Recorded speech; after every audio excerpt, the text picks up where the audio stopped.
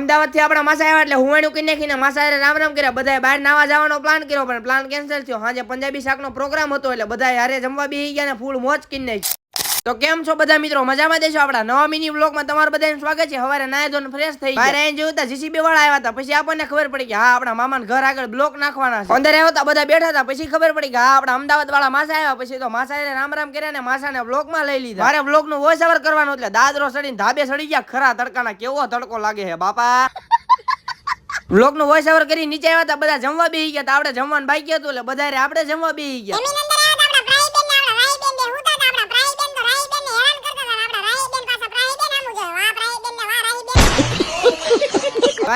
બધા બહાર નાવા જવાનો પ્લાન કરતા હતા. પછી તો બધા ગાડીઓ કાઢીને ઘડીકમાં હું થયું કઈ ખબર જ ન પડી. ઘડીકમાં કેન્સલ થઈ ગયો પ્લાન.